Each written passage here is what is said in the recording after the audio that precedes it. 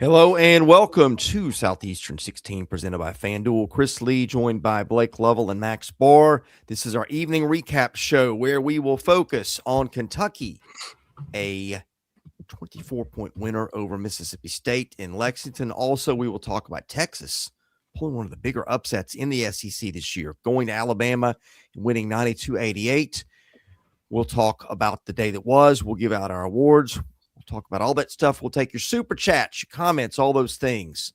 So do us a favor, leave those, leave us a thumbs up. Blake Lovell, I'll kick it to you first.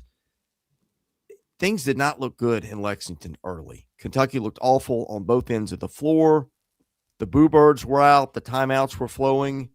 And then sometime in the first half, Kentucky flipped the switch that really carried on to the second half. Cats a big winner over a pretty hot Mississippi State team tonight. Yeah, let's make sure we're clear with the audience here. We've already done a couple live streams today, so remember, we do this on Saturdays. You're going to get multiple of these. So we've talked about every game not named Kentucky, Mississippi State, Alabama, Texas so far. We've done that in the other two streams, so if you want to check out our extended thoughts on those games, head over there after you watch this one. Don't leave right now. What are you doing? It's prime time. We got awards. We got to talk about Kentucky headed to the Final Four. No, we always say that. People take it seriously. We're going to talk about the Cats. A big win, though. Very impressive win for the Cats, to say the least. And we're going to talk about Texas pulling the upset of Alabama to drop the Tide to 1-2 in the SEC. We got a mess at 1-2 in this league right now. But we'll get to all that. Yeah, let's start with Kentucky.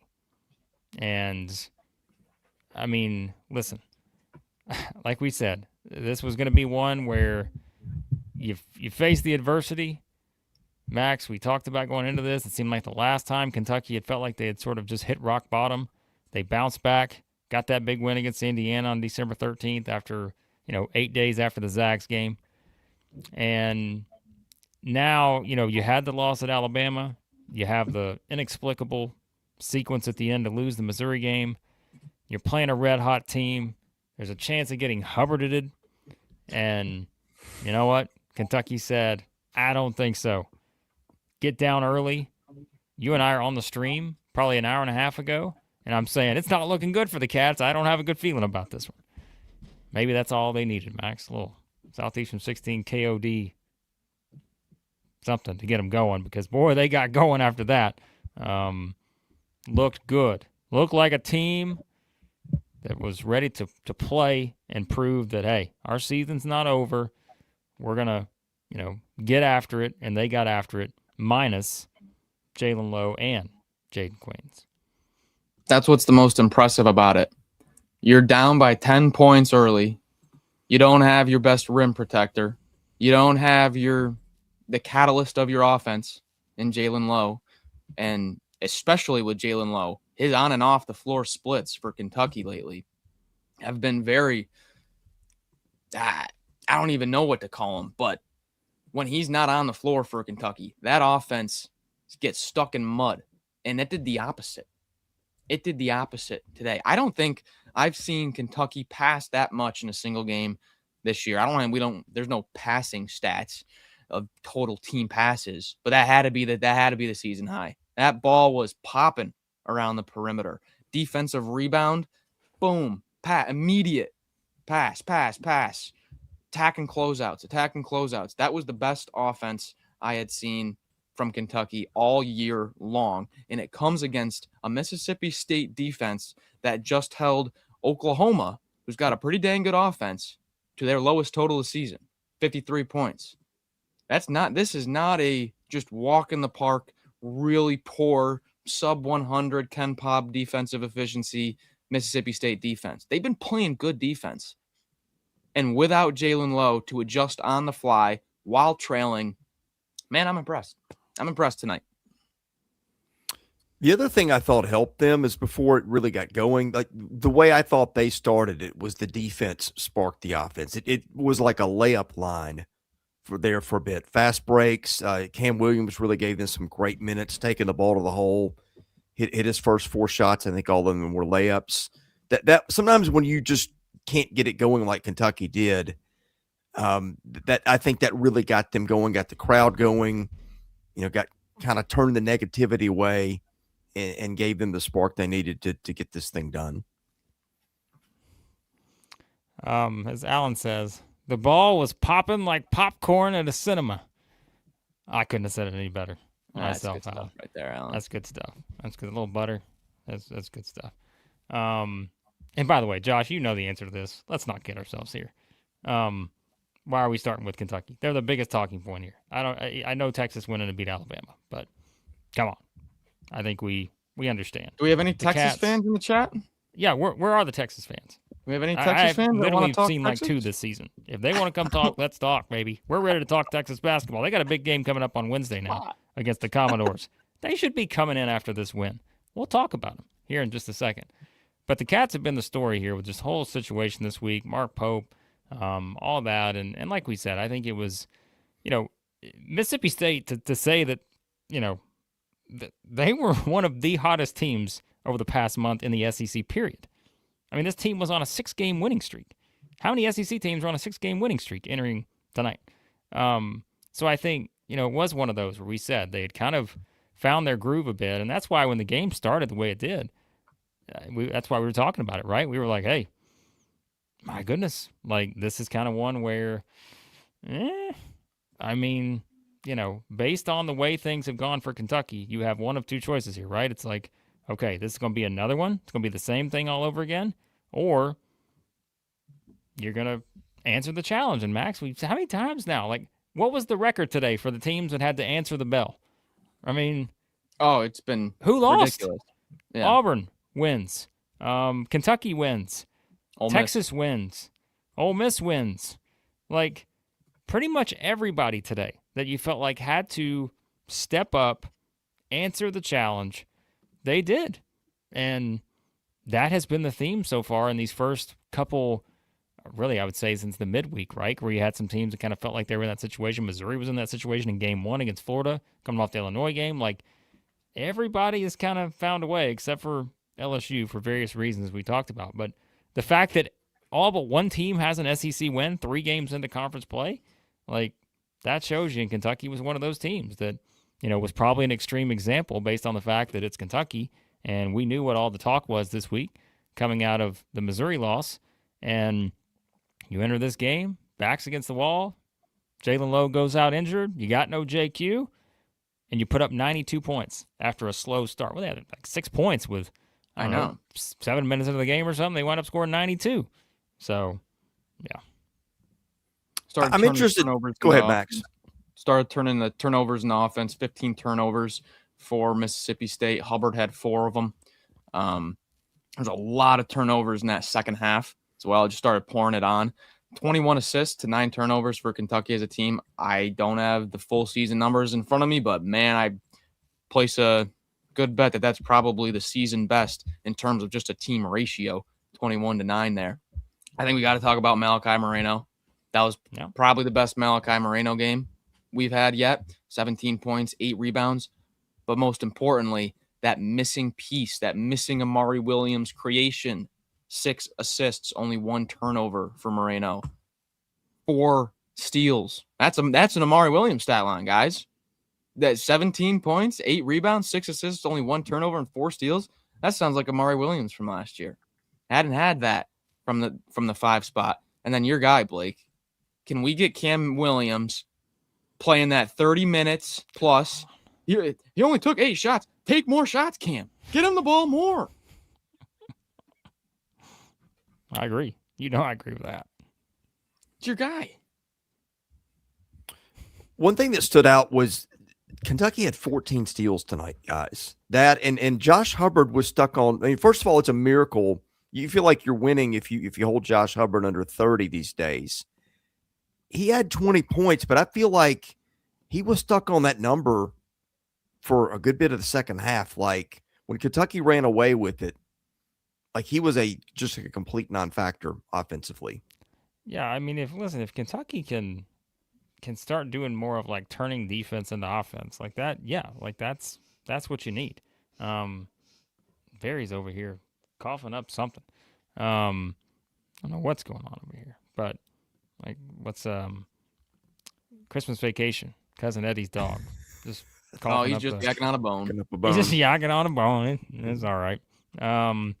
But yeah, I mean Kentucky's defense, like that was just kind of something where, if you get more in it, look, I think sometimes, man, defense just starts with energy, right? It's like Mm. you just play well sometimes, and all of a sudden you can play better defense. Like you just got a little more confidence, you know. Bill yakking on a bone. Yeah, a little more confidence, and yeah, like I think that's just kind of one of those things where it, defense can become easier when you're playing better on offense. And like some people were saying in the chat, like, yeah, look like Mark Pope's offense a little more tonight, where looked like a team that was kind of embracing all that, and guys just carrying through here on the old. He got it up. Yeah, he's okay.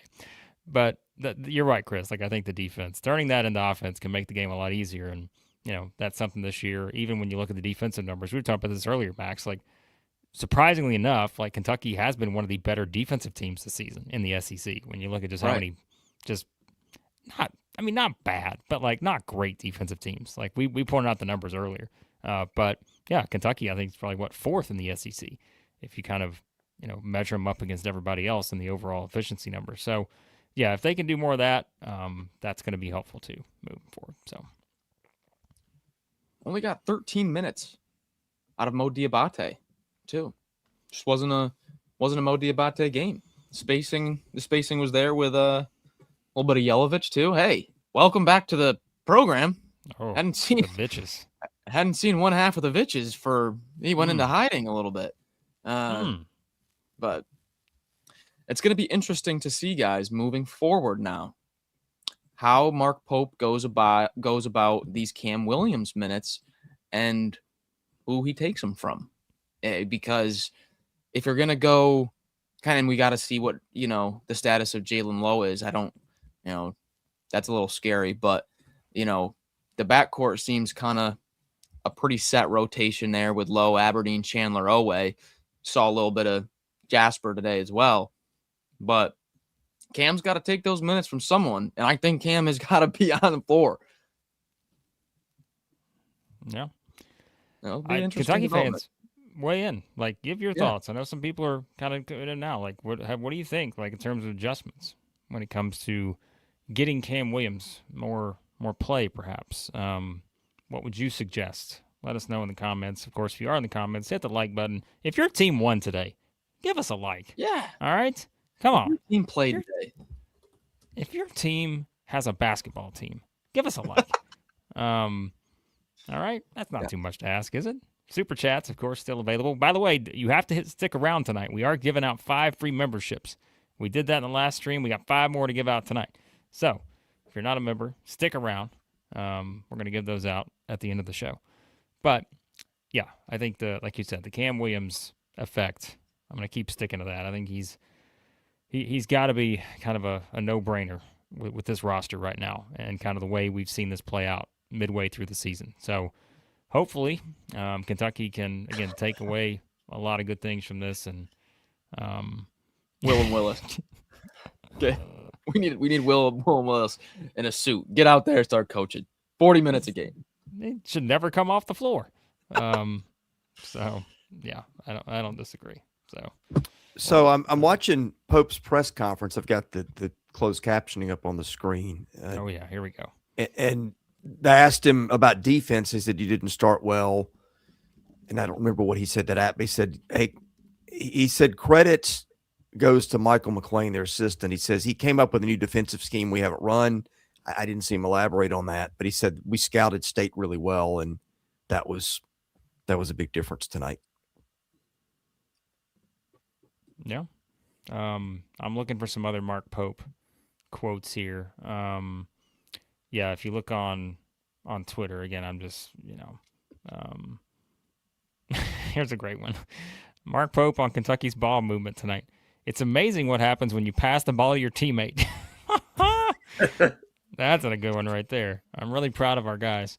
So yeah, that works. Also here, another one from Wyatt Huff.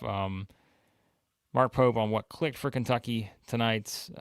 Here we go. Quote, schematically, we just kind of went to just moving more bodies on the floor, and it kind of went to a little bit of a revamped spacing system.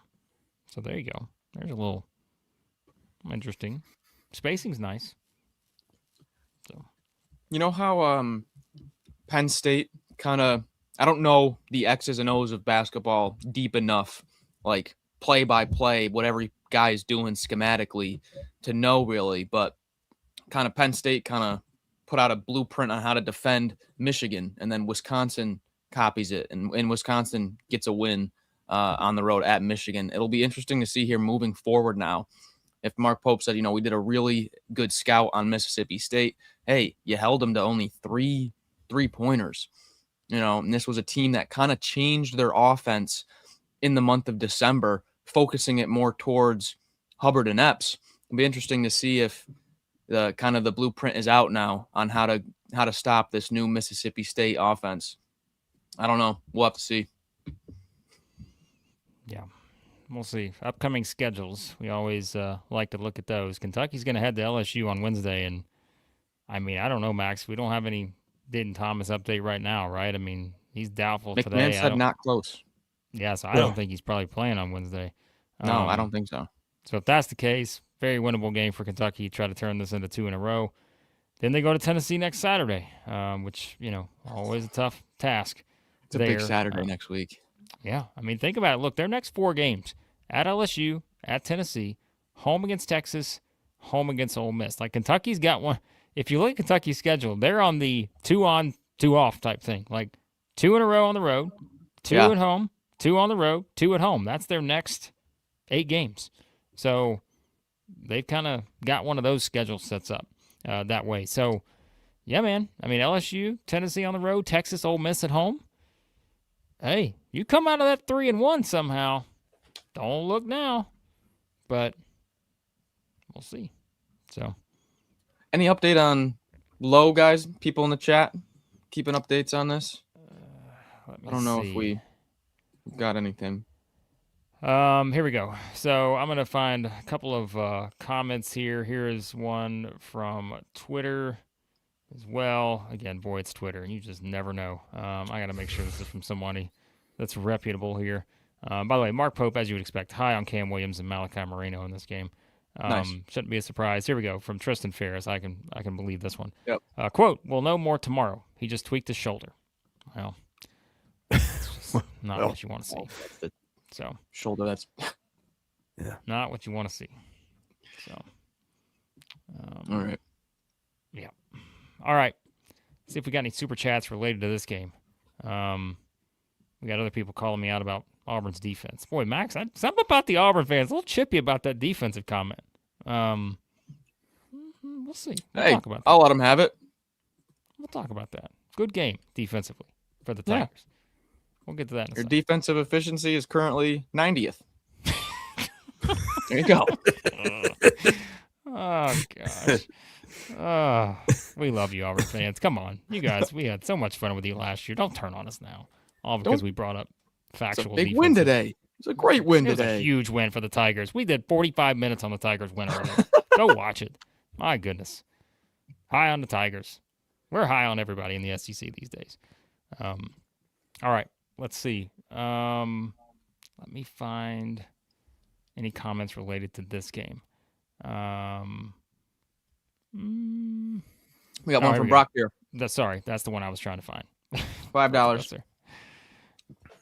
Come on, Brock. We need some optimism here. Says he's not impressed until they win the next 8 in a row. Not setting a high bar there, Brock. 8 in a row. 8. That's very specific.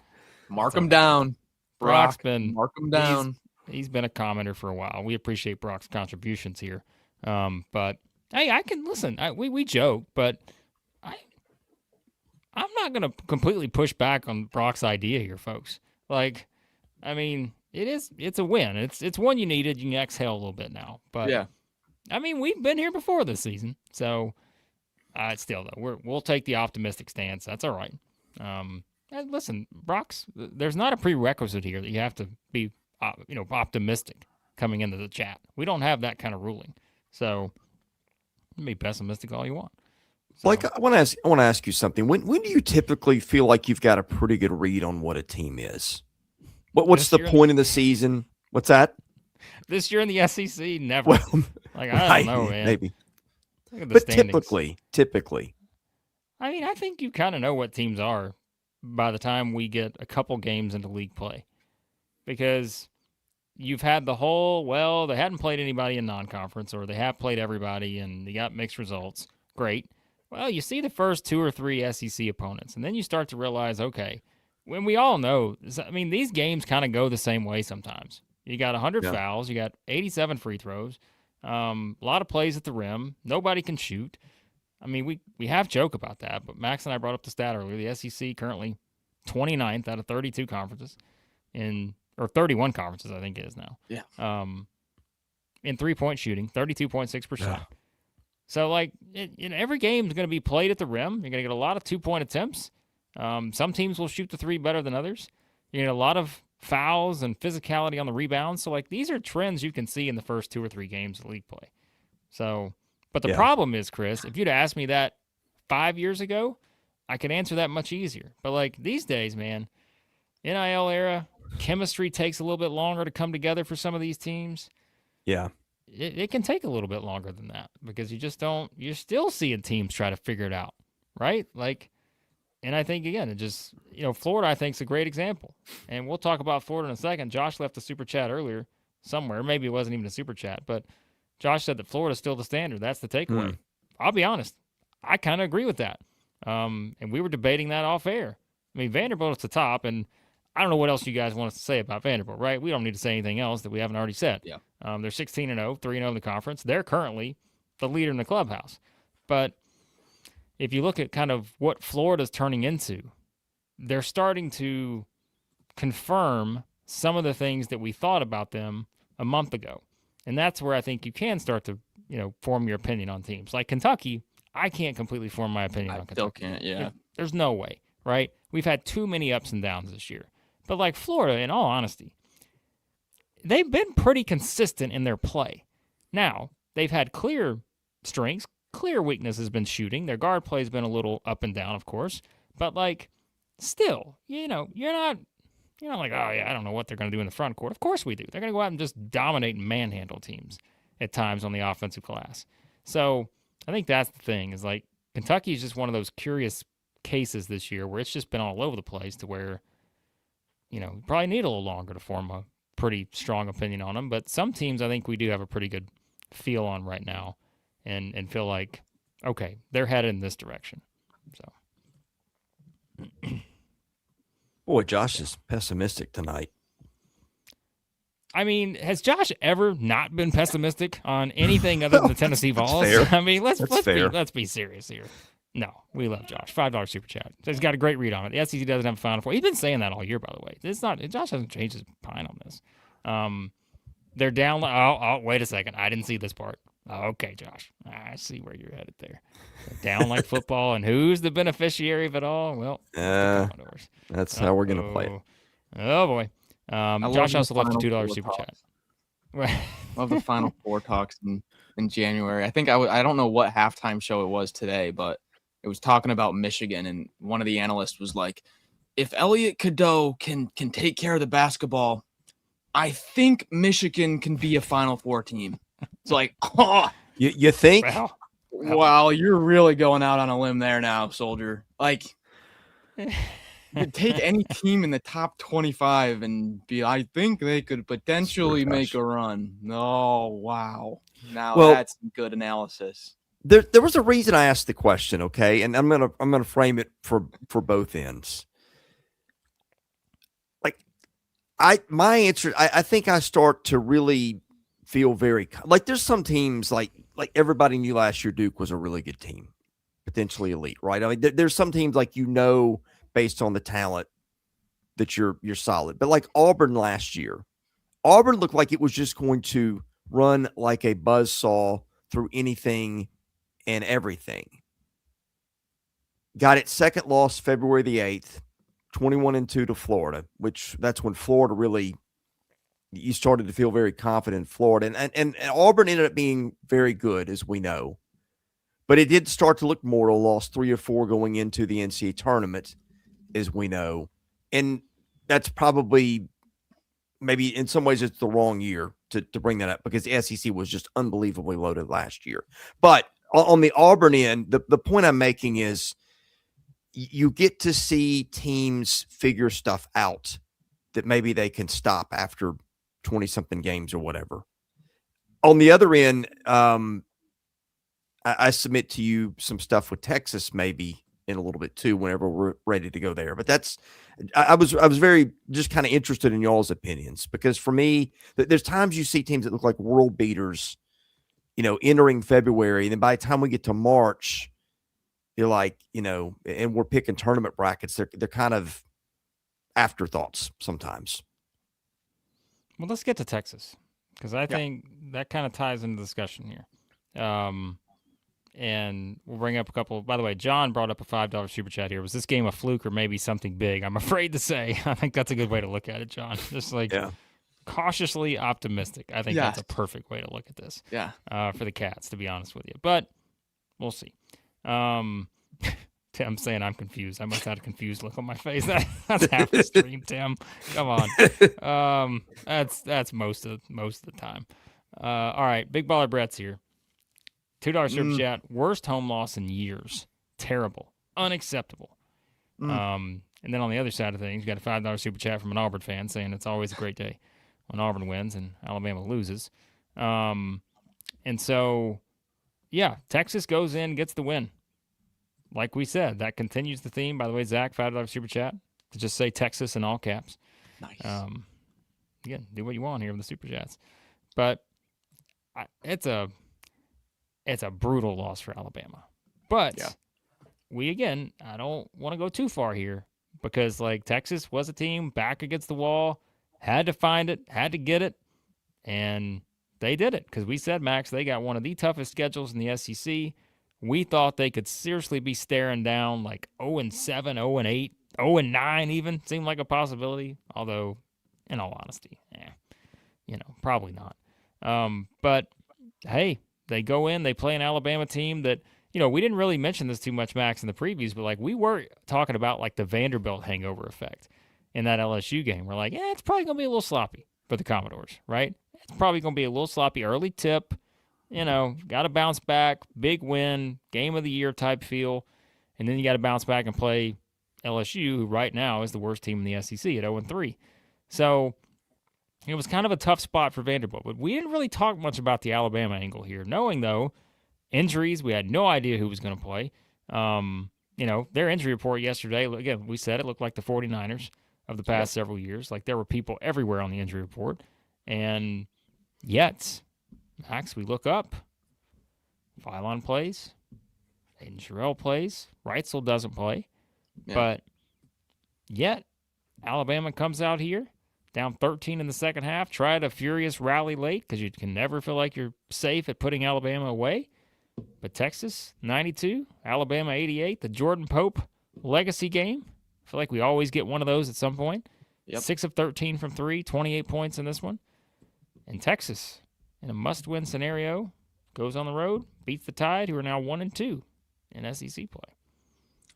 Yeah, we said in the preview, hey, Texas's only big win is that NC State game where they shot a 16-32 for 50% from 3, and it's going to take something similar. Wasn't quite, but still, 10 of 24 for 41.7% is one of Texas's best three-point shooting performances of the year, and you get that big 6 of 13 from Jordan Pope, and that's exactly what you needed, catching an Alabama team, like you just said, kind of just a little sluggish after that game of the week in Nashville. I kind of like the rotation here for Texas. There's no more, and not to single out any guys, but just kind of, I won't have to name them, but cut out a few guys that were on the fringe of the rotation and nice 8-man rotation going there. They're the number 1 team in the nation in free throw rate. A lot of that is just because Matas Vokitaitis is the number 1 player in the country in fouls drawn per 40 minutes. Matas Vokitaitis is drawing 10.1 fouls per 40 minutes. He's fouling out 2 opposing players per game. That's wild. That's how much of a problem Vokitaitis is down low right now. If he just had a little bit of shooting and consistent spacing around him, the way that Swain, Vokitaitis, and Traore play, geez, I mean, the team is just I feel like the team's like one consistent sharpshooter away, because you get these Pope games here and there. Maybe Cam Heide will have a game where he goes off, but yeah, I didn't see that coming 100% there. But it continues the trend now of Alabama allowing an opposing guard offensively to just go off. I don't know how many games in a row it is now, but they let an opposing guard have a huge offensive night in almost every big game they've played this year. Well, I did not have Texas winning this on the bingo card, but my antenna did go up a little bit today. If you listen to Mark Byington's press conference after LSU, and he talked a lot. I bet he spent probably a third of his press conference talking about fatigue. He said, hey, we just hit a wall today. Said some of our guys didn't get into bed till 3 or 4 after that Alabama game Wednesday night, which was a late tip and then lasted forever because of officiating. And my goodness, we need an officiating conversation at some point, by the way. No, we don't. And I thought, hey, okay, maybe not. Well, you guys can take that up on your own time if you like. But all kidding aside, I thought, okay, if you're Vanderbilt and you're tired, you're sleeping in your own beds, you're not going on the road, how do you feel if you're Alabama? When you got a trip back to Tuscaloosa, God knows what time those guys got to bed. And then you get back after it after an emotional loss on the road for a game you had circled. I mean, that was a tough spot for Alabama, first of all. Second of all, I asked you guys about Texas, and you guys have both watched them a lot more than I have. But I went back and looked. They missed the AP top 25 preseason by, I think, 4 spots. They've got a guy that I think everybody regards as an elite coach, and you look down the roster, Tremont Mark's been a good player for a long time. Dalen Swain is extremely talented, was great tonight. Jordan Pope was maybe their MVP. Chendall Weaver is a great defender. Like, they've got parts there. I was a little surprised.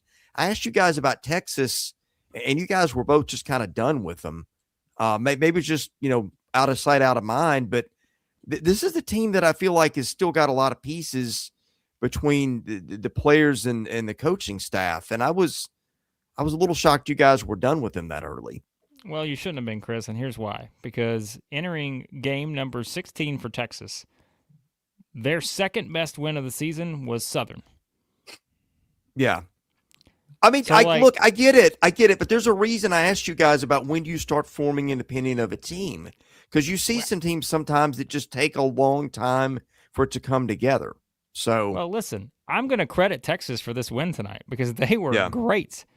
Yeah. But am I going to really change my opinion all that much on Texas after tonight? No. Like, it's a great win. Don't get me wrong, but like I'm not ready to just all of a sudden fall in love with Texas again. I was this summer. I was high on Texas. But I just think what you see is you kind of have to go off that. And what we had seen to this point was a team that had just had a brutal home loss to Mississippi State, lost by 14 at Tennessee, which I know, like, okay. But, I mean, again, they just didn't really give us a reason. I mean, they're 121 in defensive efficiency. Like, again, the SEC can't guard. No. We said that this year. But, like, they're the worst defensive team in the SEC. And so I just think, like, when you combine those things together, I don't think, and the Alabama hangover effect, like you said, sure, like, we may have underplayed that a little bit, but they also played a primetime game versus Vandy starting at 11 a.m. or noon or whatever it was. So, like, maybe a little bit exaggerated. But, like, Texas didn't really give us a lot of reason to actually be that high on them before this game. Yeah. I mean, I get all that. And that's the debate is not the resume. It's do they have enough parts to put something together? And maybe that's your answer. I would understand why, but I just look at the names on paper and I go, man, there's still a lot of talent here.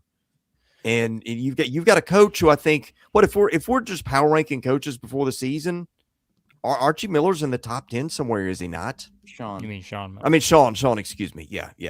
Not Yeah. Archie. I mean, you're saying top 10 in the country or in the SEC? In the country. Sean Miller? Put him top 10 in the country, Chris. I mean, That's Sean wild. Miller was a very coveted guy before all the FBI stuff. Well, yeah, but I mean, that was He's a been to while 2 ago. tournaments in like the past 8 years. Has it been that bad? Top 10. That's too high. Okay. That's too high.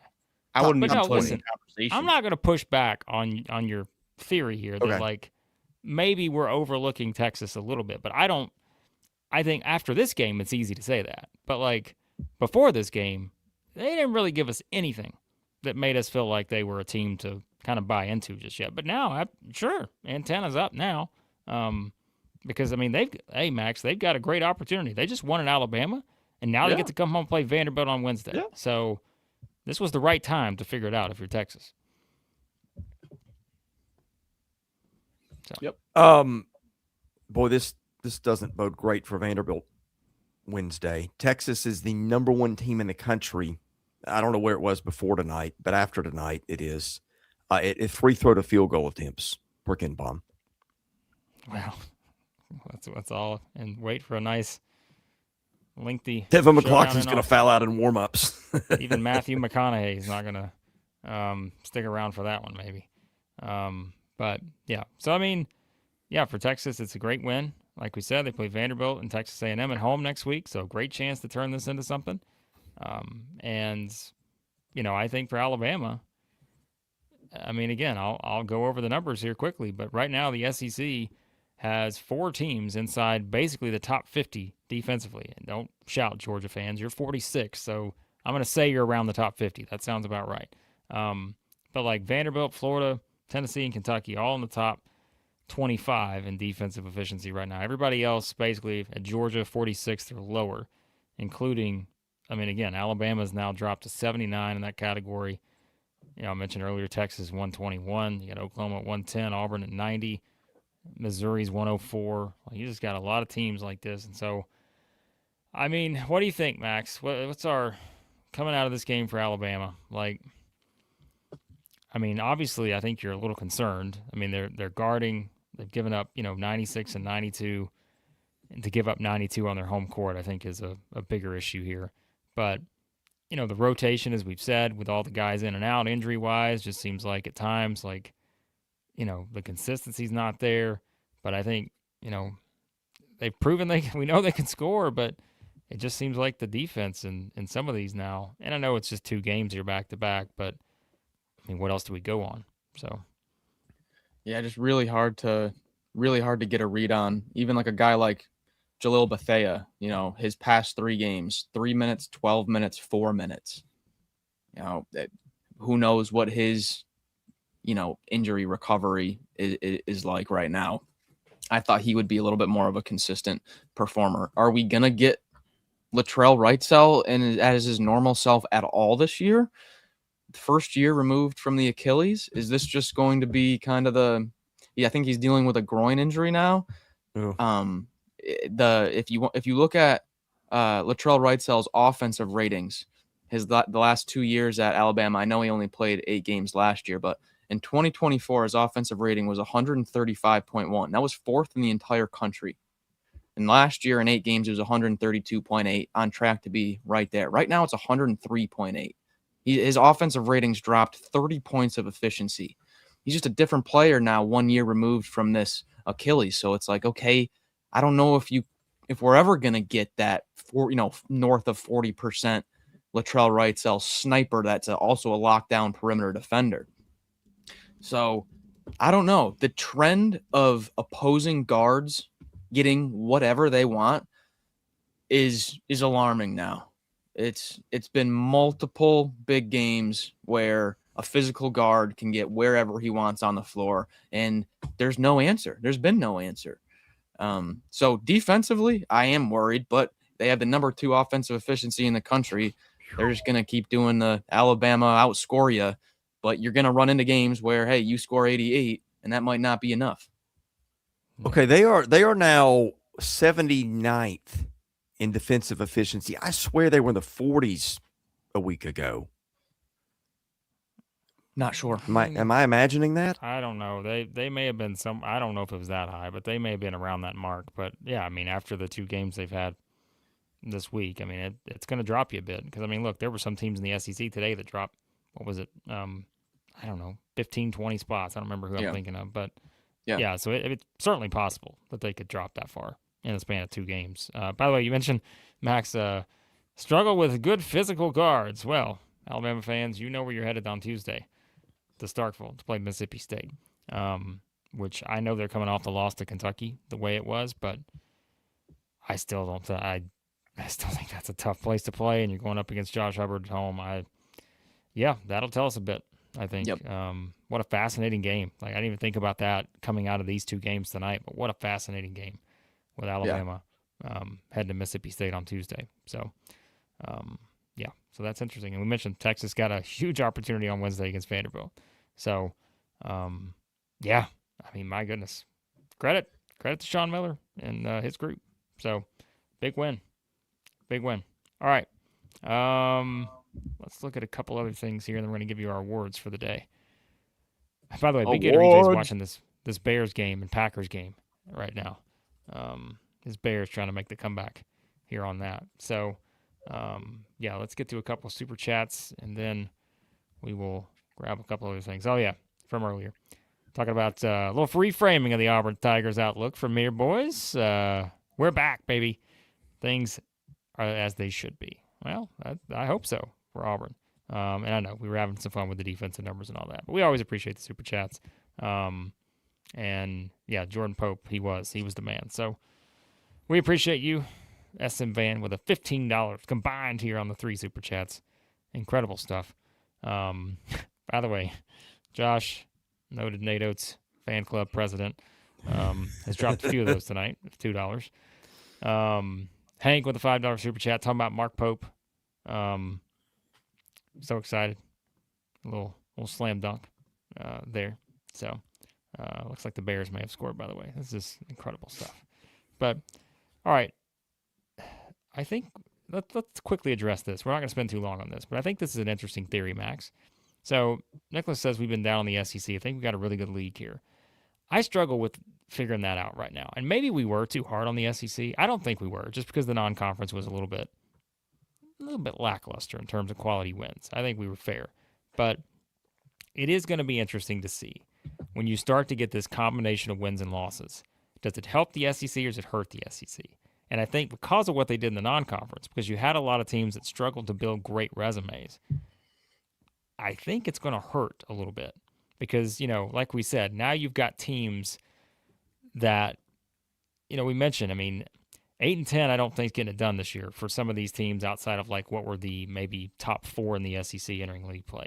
Like, I think you're going to have that 9-9 or higher. Of course, it depends on who you beat and who you lose to, but you know what I mean? It can go both ways in this conversation. So, I don't know. Well, we're probably going to have either 8 or 9 teams. Slim chance we might get 10.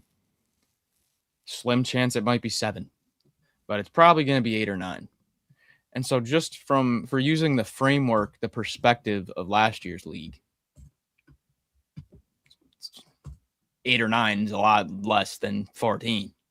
Yeah. But if you look at it from a different frame and like the perspective of just this year, I don't know how, but when you look at Ken Palm's net rating of conferences, the SEC is still the number 1 conference. I don't really know how.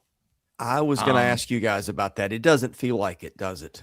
It doesn't really feel like it, but it's because the bottom of the league is still pretty good. Whereas the bottom of other leagues, like the lowest rated team on Ken Palm in the SEC right now, I believe, is Mississippi State at 72nd. And like the lowest of the Big Ten, you got 160th, 120th, 105th. So like the bottoms of other leagues drag their overall ratings down, whereas the SEC kind of squeezes the analytics to make it look a little bit better. But still, guys, we're going to go from 14 teams to probably 8 or 9. Bit of a step back. And that's the way Ken Palm does it. That's what's really killed the ACC recently. That just right. 3 or 4 really bad teams again this year. I'm still a little surprised that the Big 12 is not higher. I think Utah is the team that's dragging them down a bit, although Utah's hanging with BYU at the moment. So, yeah. I think Philip makes a good point here. Like, it's probably not that far down from last year, but you're going to have a lot of those teams that were like borderline, got the benefit of the doubt last year. I could see that. But look, I mean, I think overall, I don't think this is that wrong. But like, you also don't have that clear divide at the top. Like, yeah. like it's not there. Like, you don't have the clear number 1 seeds, the number 2 seed. Like, you don't have that group at the top right now. So. Well, I think it's the top because, okay, let's say this year's Vanderbilt is playing in last year's SEC. Where does it finish? I mean, Third, fourth? It's too early, I think, to have that conversation. Well, I know, but I mean, I'm thinking like they're not better than Florida last year, well, no, I don't think they're better than Auburn a year ago. Probably not. No. So I think I just don't think that the teams at the very, very top, because we're sitting there like, what we say we all were in agreement coming into today that the top 3 teams in the league in some order were Vanderbilt, Alabama, and Arkansas. Mm-hmm. Yep. And we leave the day having, more questions than we had really about all of them. Maybe not as much Vanderbilt, but certainly Arkansas after the way that one went, and Alabama after the inability to defend, and now you've got health issues that pop up them with different guys every game. Well, last year we had 4 of the top 6. We had 3, 4, 5, and 6 in Ken Palm's ratings. So like it's a special year. Yeah. All right, we're gonna get to awards before we do. I'm gonna do a quick ad read here. Hank says, "Good luck with the power rankings Monday."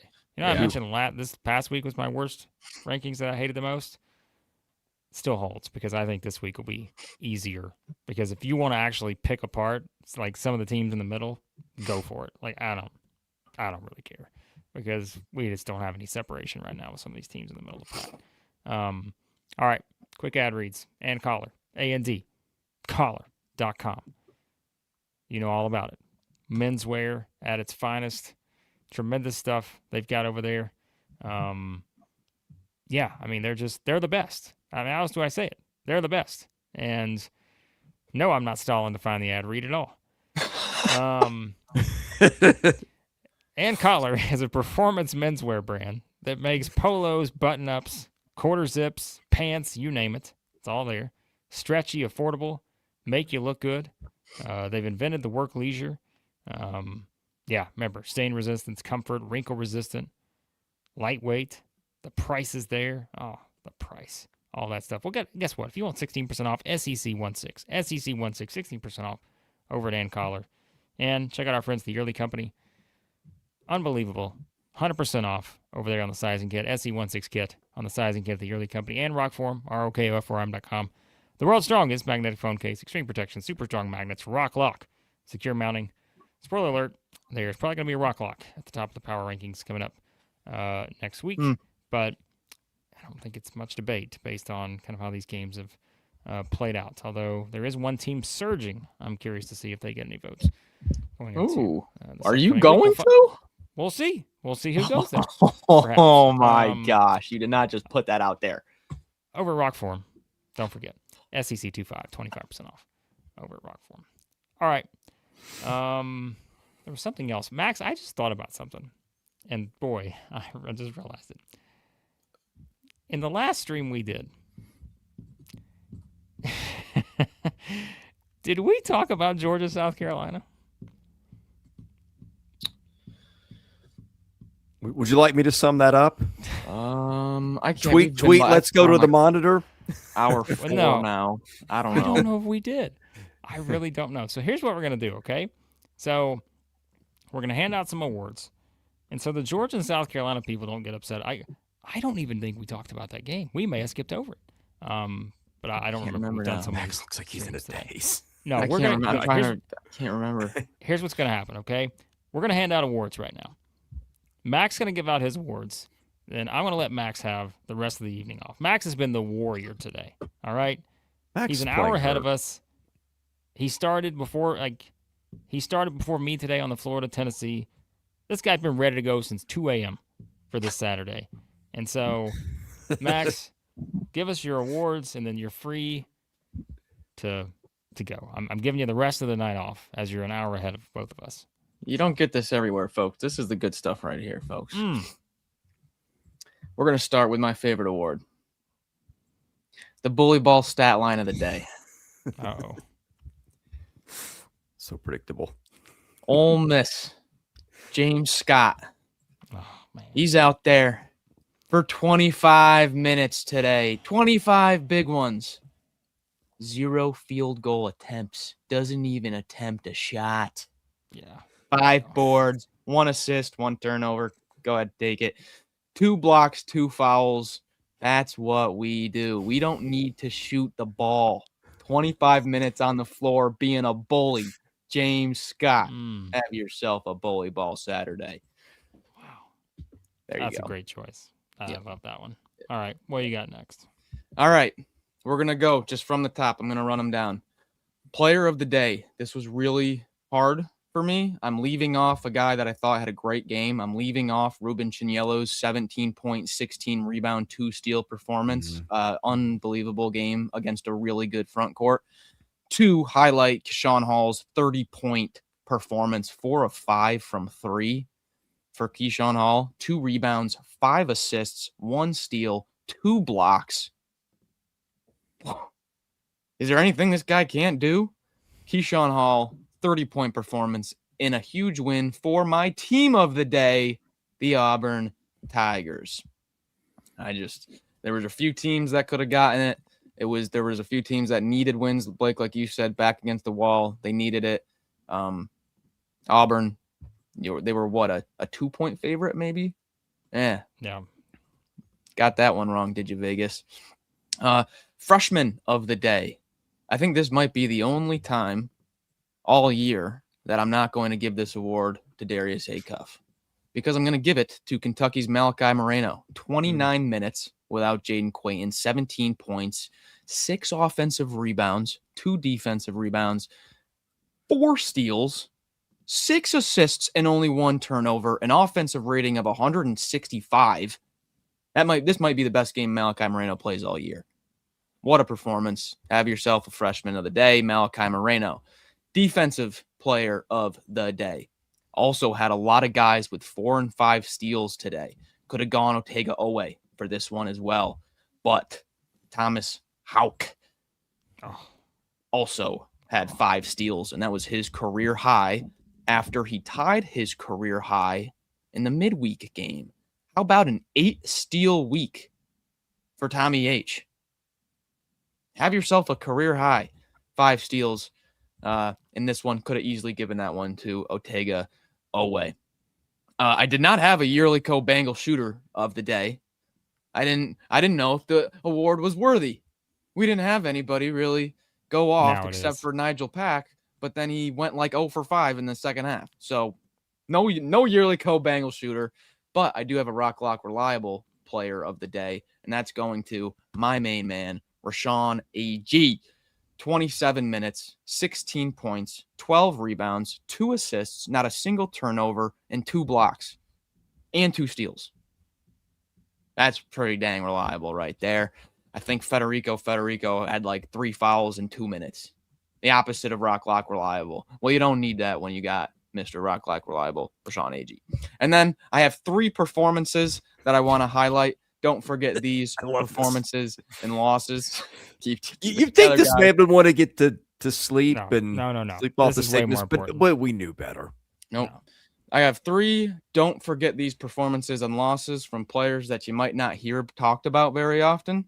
Max McKinnon, LSU's Max McKinnon goes for 27, 3 of 6 from 3, 4 rebounds, 4 assists, and only 1 turnover. Have yourself a day, Max. What a name. Kobe Knox gets his first career double-double today.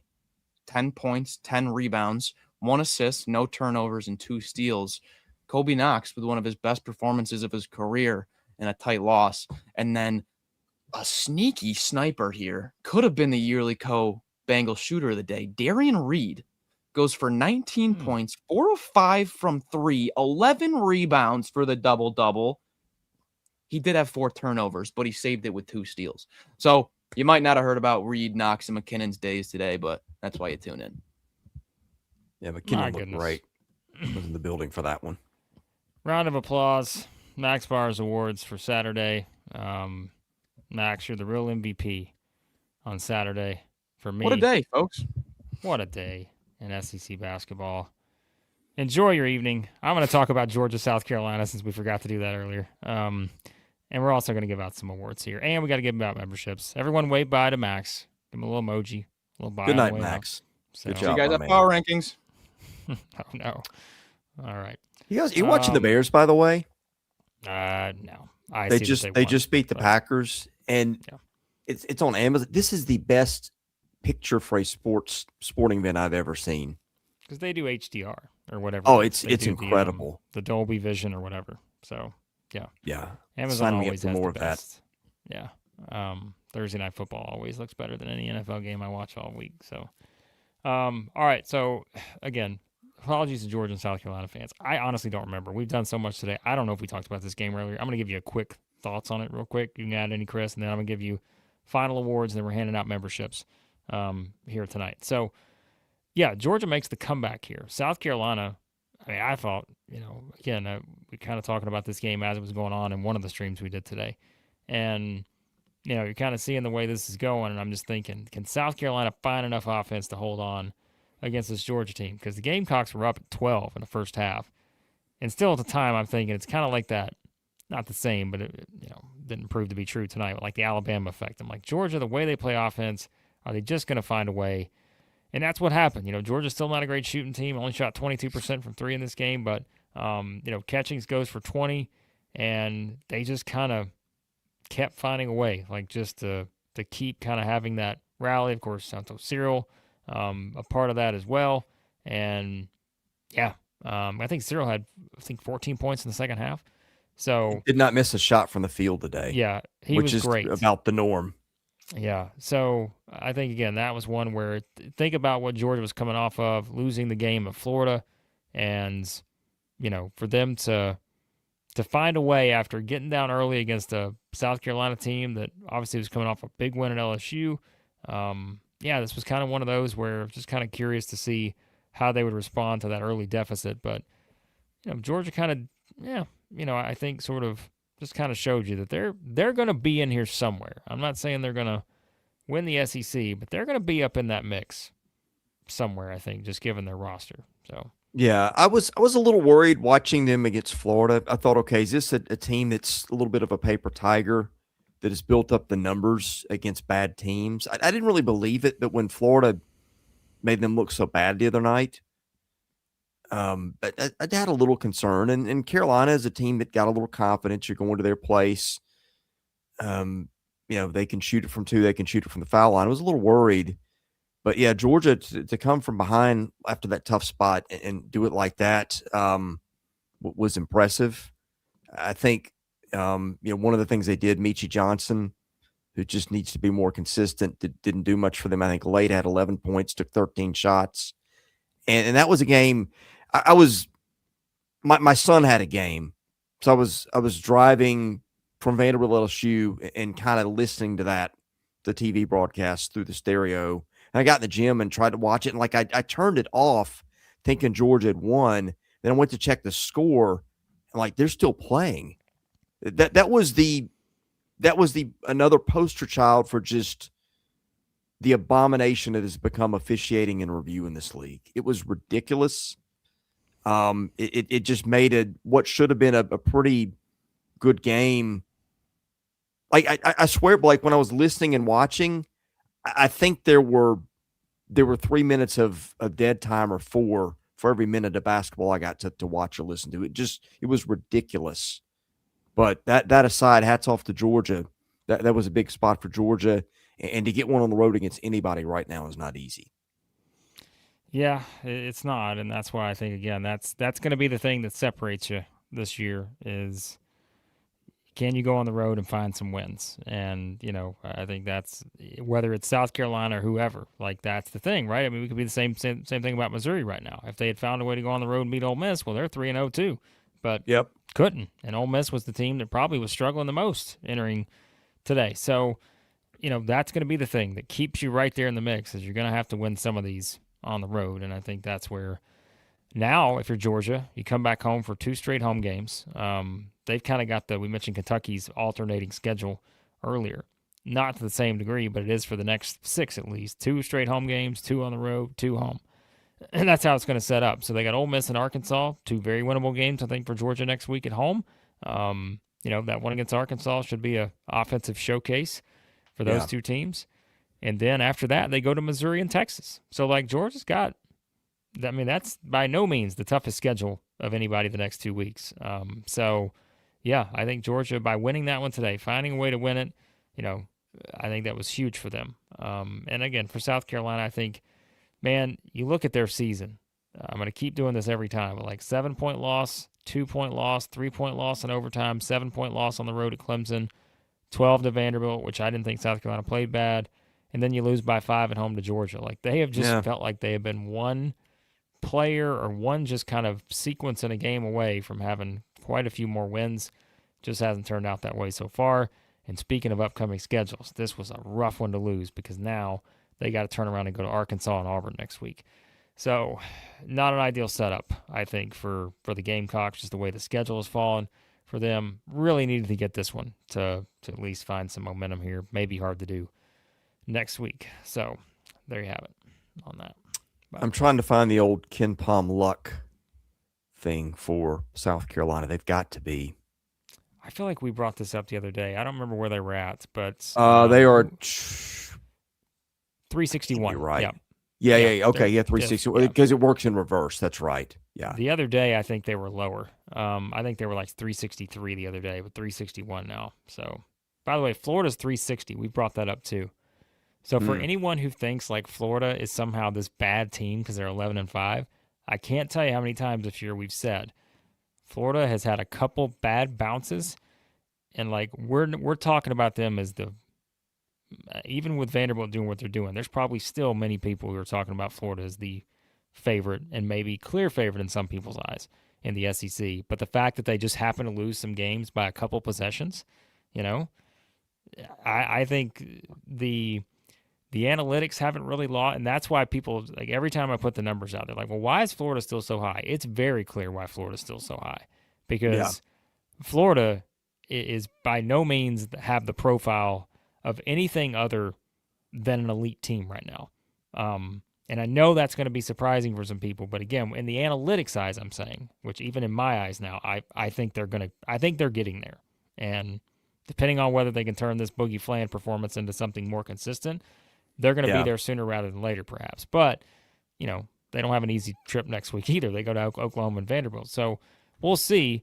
But that's why Florida is not that far away. And you can't just look at the loss column and say, well, they don't have it. Yeah, doesn't work that way. So, see if you can get this within two points. Somto Cyril's field goal percentage after today. I mean, based on the shots he takes, which are dunks a lot, but it's got to be upper 60s, maybe 82. Oh yeah, I was gonna say that man felt low. Yeah, he's number 2 in the country. I'm trying to find on Ken Pom who's number 1. There's somebody out there who's shooting a better percentage than Somto Cyril. I would love to know who that is. See if I can find it because I think that's an interesting stat. So it is. Let's see. Where is field goal percentage? Yeah, I don't have it in front of me, but somebody. Yeah, Ken Pom. You, I thought you could just click on the number there, but you can't. Yeah. All right. The NCAA has it. We're gonna give you our quick awards for you, Chris. Give your quick awards. I'm gonna give mine. Then we're gonna hand out memberships, but I'm also gonna give you the updated SEC regular season winner odds over at FanDuel, which there's something right now. So, yeah, I'm gonna go. I'll do medal stand. Team of the day, I'll go medal stand. Auburn. I know you hate it, but I'll do mine. You don't have to do yours. Great. I'm going to go Auburn. I'm going to go Texas to win on Alabama and Florida 3. Florida I guess it's unfair to grade Florida against itself, but just the O'Connell Center's just been a house of horrors for Tennessee lately. And Texas really needed that one in a place that nobody wins. So, I mean, those are all 3 outstanding performances. I think player of the day, I'm with Max on that. I would have gone Keyshawn Hall. I don't know that I have a clear number 2. Jordan Pope would be up there. Hey, Florida, you could go either Boogie Fland or you could go, who was it that got 16 and 17 for them today? Chinaloo, thank you. With blank. Any of those guys. Here's another one. Did you guys talk about AJ Storr and Ole Miss today? Mm-hmm. I mean, look, Ole Miss has just lost so many games. They've kind of disappeared from consciousness. But that's another one like Texas. Like, there's a lot of good talent there. You've got a coach that's kind of been beside himself in terms of knowing what to do with it. But that was a big win for them today over a Missouri team that has started to play really well. So I don't know if that's one we're going to look up. Like, if Ole Miss loses that today, they're 8-8, and I'm not saying they're DOA, but they're close. I'm a little interested. They've kind of gotten lost in the shuffle here, but I am a little interested to see, like, if AJ Storr can bottle that. They got a lot of good players. They got Camerdine. They got Malik Dia. I mean, the thought was from Ole Miss circles, like, this is a really good team. And I don't know. Will we see that? Well, we'll find out. Again, a lot of teams that have been desperate picked up wins, and now it's a matter of can you turn it into something. That's what we got to wait and find out. So, yeah, Ole Miss is one of those for sure. All right, my team of the day is Auburn. I think that's kind of the easy choice. Although I say easy, could have won Texas, could have won Ole Miss. Like we said, the backs against your wall type teams. You could throw Kentucky in there, but I think it's Auburn because I think that was a team that, based on how that game played out against A&M, could have easily came out with a rough mindset. But they came out from the tip. They were the aggressor, took it to the Hogs, beat a top 15 team by 22. That's pretty impressive to me. So, and a player today, also going to come, I'm got to go Keyshawn Hall. So I think Auburn's going to sweep the awards, although Jordan Pope made a late push there, 28 points at Alabama. And then even Boogie Fland, I think, should be right there in the conversation. Also, and you mentioned AJ Storr had a big game for Ole Miss, had to have that. So, yep, those are some of the big ones there. Max's awards, always better. So that's okay, though. That's why Max is the greatest. But do you want, before we hand out the members, or free memberships coming here, the updated SEC regular season winner odds over at FanDuel? Bet responsibly, folks, especially when I tell you these numbers, because you're going to need to be responsible in your betting here. Vanderbilt, as we probably should expect, has officially become minus 140 to win the league. Wow. So that number is increased in Vanderbilt's favor. Florida, remember when Max and I this past week have been telling you, you've got to get in on the Gators now. If you're going to do the little conference winner futures over at our fine friends at FanDuel, you better get Florida now, because it's about to get back to where it was earlier. And I think they were plus 700, 650 entering the game today, plus 360 now. So there's still a gap between Florida and Vanderbilt. That will change perhaps next week, depending on how that game goes. Because remember, too, it's all about value, folks. I have said a million times, Vanderbilt could win this conference this year, and they may even be the favorite right now, which they are. But there's no chance I'm betting on Vanderbilt at minus 140 when I could have had them at plus 4,000 at one point. Just couldn't do it. Mentally, it wouldn't let me. So, meanwhile, the group behind it has now gotten fascinating. Arkansas back to plus 1,000, so they've dropped back down. Alabama's plus 1,200. This is the lowest I've seen Alabama maybe all year. So, again, if you want to get in on the tide, now's the time, because if you think they're going to turn it around, that's pretty good value there probably for the Tide. Georgia plus 2,000. Tennessee's plus 2,000. If you think the Vols can somehow put it together, that's probably the best you're going to get on Tennessee.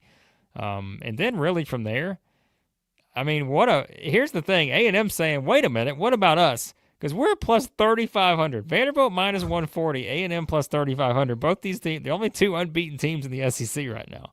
So Missouri sandwiched in between at plus 2,700. Kentucky and Auburn.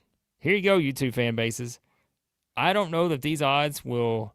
I mean, you should be salivating over this. Even if you want to throw $1 down, bet responsibly.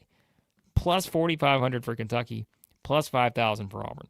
So those are long odds, but if you want to take a shot, go for it. So if you had to take either Arkansas or Alabama, which would you take? I'd take them both because I would. I mean, in all honesty, plus 1,000, plus 1,200, like, I feel like the question was you had to pick one of the two, well, Mr. If Smarty I had to pick one of the two, again, it's all about value. And to me, Arkansas was plus 1,700 at one point. And so Alabama, this is I don't think Alabama's dropping any further than this. So like that's yeah. I'm probably picking Alabama just because I think this is probably the best number you're going to get on Alabama because I don't know, man. I don't envision them. Look, I know we said it earlier. Like they got to go to Mississippi State. That's a tough one, but I don't know. I don't know if I see them just completely falling off here, but we'll see. You never know. But and let me say this by saying I'm not out on Arkansas by any stretch, but I know everybody's gone crazy over them the last couple of weeks, and I understand why. But I just was thinking. And look, Arkansas may be the last team standing in the tournament. Would not shock me at all in the NCAA tournament. But I just don't know about the consistency week to week with them. And boy, that one today. I get it. But come on, at least come within 20 points. I know, but teams can run into a buzzsaw sometimes in the right circumstances, and I thought that was kind of part of it. Like I think a lot of that to me had to do with Auburn today. But sure. Like Arkansas's defense, as Max brought up earlier, is a now trend that we have to keep our eye on. And everybody can say, well, everybody in the SEC is not good defense. Sure, but we're not necessarily comparing you just to the SEC. We're comparing you to your long-term potential. And I think Arkansas's defensive numbers, we read those off in the last stream. They're not impressive here against the good teams they played. So they're trying to outscore teams, and I think that that may be something that we'll see how that holds. But so there you go. There's your updated odds over at FanDuel on that. I've got an Alabama question. I may just save it for the Power Rankings Monday for you and Max and ask you both at the same time. Okay. By the way, how about we were just going to hand out memberships to hand them out, but how about this, guys? We're going to hand them out because we just hit 32,000 subscribers. Ah, nice. On YouTube. Nice. We hit the even number, 32,000 now here on YouTube. So you guys in the chat, give yourselves a round of applause. Give us a little emoji to celebrate the 32,000 subscriber mark. We appreciate that. Do you remember when this was just me and you, and it was like, boy, just get to 1,000. Like that was hard work. Yeah, we were. Give credit to the Hogs. The Hogs got us to 1,000. The Hogs. They had us. The Arkansas fans were first on board here. So if you always look at the numbers on the videos, you're like, man, they got a lot of Arkansas views. Well, that's why. The Hogs have been here for a while. But yeah, we've come a long way. 32,000 subscribers. Hundreds of thousands of people watching this per month. Pretty fun. So we appreciate it. But here we go. Let's hand out some memberships to celebrate the occasion here. How about that? Let's do that. What a fun thing to do here on a Saturday night. Here we go. Are we ready? Remember, these are totally random. Holly, we're rooting for you. We'll say a prayer. We do this every time, and I mean, again, I don't know what else to do at this point. So we're going to try, but remember, we do not choose these. These are completely random from YouTube's perspective, so we don't choose it. So let's see who gets the supporter tier. Remember, this is the supporter tier. If you want, Bo needs one if he's not. If you It's want been the here a bonus while. content every week, which watching our SEC predictions live, our mailbag, video games, legend shows, if you want all the bonus content every week, you got to upgrade to the MVP or the legend. That's only $2 more a month, $5.99 a month, $3.99 is the supporter tier. But some of you are getting in for absolutely free right now. Here we go. And the lucky recipients. Hey, the Butcher Boy, Missouri fan, Chop, and none other. Wait a minute. It turned off. Whoever got the fifth one, let me know. It's not, for some reason, it's not showing me. I can't even see it. Yeah, you have to go to YouTube. But for some reason, it's okay. only showing me 4. So, congratulations. Holly did not get one again. I don't mean to laugh, I don't know what's Holly. going on with that. I don't know what's going on with that. But all right, we're done here. Yeah. Appreciate everyone. Power rankings coming up on Monday. Usual round of previews. Probably some football coverage coming with the portal. Baseball working on that. Don't know what we'll have on the site this week for content, but we will get there soon enough. Gosh, baseball's barely a month away. It'll be a month, I think, on Monday. Yeah, thank you guys for being here tonight. Thank you for the super chats, the nice comments, and thanks to Max Barr for playing hurt, which he has been for a while. That guy needs to get over the flu. Yeah, God bless you guys. Have a great rest of your evening. For Blake Lovell, I'm Chris Lee. You've been watching Southeastern 16, presented by FanDuel.